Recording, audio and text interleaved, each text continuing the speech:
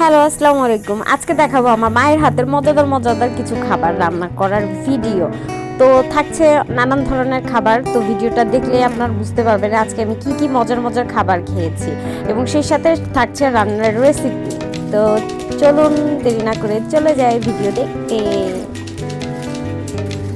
ভালো কথা, আপনারা অনেকেই দেখি আমার ভিডিও দেখেন কিন্তু কি করেন না, ফলো দেন না কেন? আসসালামু আলাইকুম সবাইকে, মিম ডায়েরি পেজে আপনাদের সবাইকে স্বাগত। তো আজকে চলে এলাম আমার আম্মুর হাতে কিছু বিশেষ রান্না নিয়ে। তো প্রথমে যে গরম পড়েছে, একটু আম মাখা না খেলে কি হয়। তো এই তো আমি আনাড়ি বসে গেলাম আম কাটার জন্য। তো বটি নিয়ে সুন্দর করে কুচি কুচি করে কাটতে চাইছিলাম, কিন্তু দেখতেছেন কি অবস্থা। এই তো আমি যতটুকু পারি সেইটুকু, কিন্তু পাশ থেকে মা বলতেছে যেভাবে কাটতেছিস বছরের পর বছর লাগা যাবে তো কাটতে কাটতে। তো আমি একটা আম কাটতে যাই, আমার অবস্থা অনেক খারাপ। এই যে যতটুকু দেখতেছেন না, এটা অনেক সময় নিয়ে আমি কাটছি। তারপর কি আর করা, ও মাটি থেকে উঠাই কি পরে চিন্তা করছি ভাইবেন যে অবস্থায় আবার মাটি না, এরকমটা না যে কাটতেছি একটা হচ্ছে এভাবে কইরা তারপরে এরকম করে কাটতেছি। তো আমি করতে পারছি না, একটা কাটতেই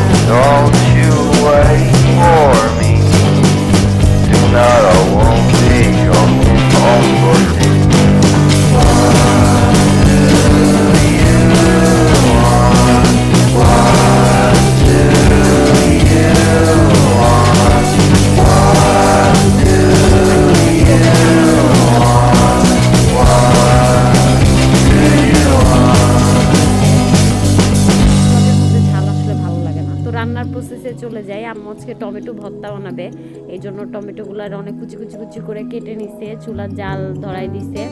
ও এর ফাঁকে হচ্ছে একটা ডিম ভেজে নিল আম্মু।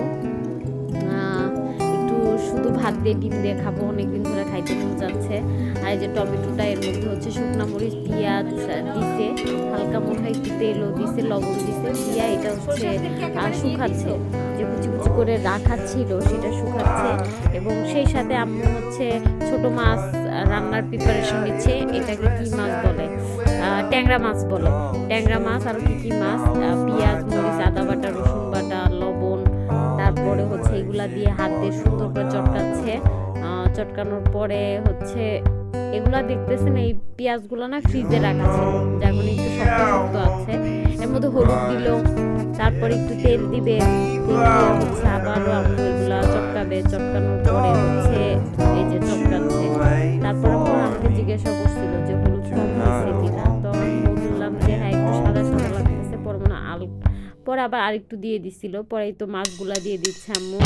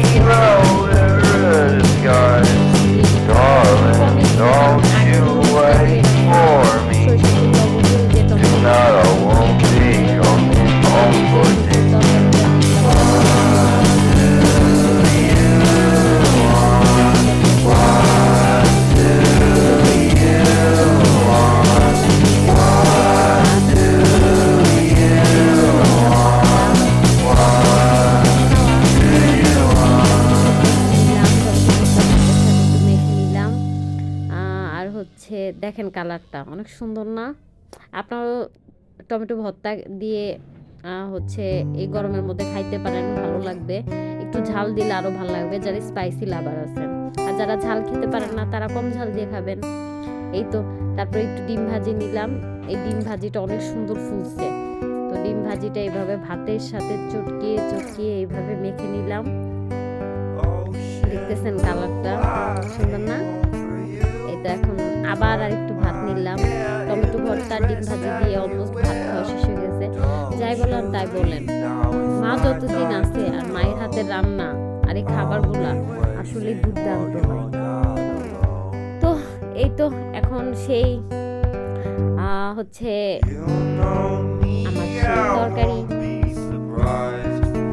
ট্যাংরা মাছের তরকারি। তরকারিটা অনেক মজা করছিল সত্যি কথা বলতে। এখানে পেঁয়াজটা দিয়ে সুন্দর করে ভাজিয়ে তারপর ট্যাংরা মাছ নিয়ে কি যে মজা, কি যে শান্তি। ট্যাংরা মাছ অনেকেই আছেন যারা মাছ খাইতে পছন্দ করে না, কিন্তু আমরা তো বাঙালি, তাই না?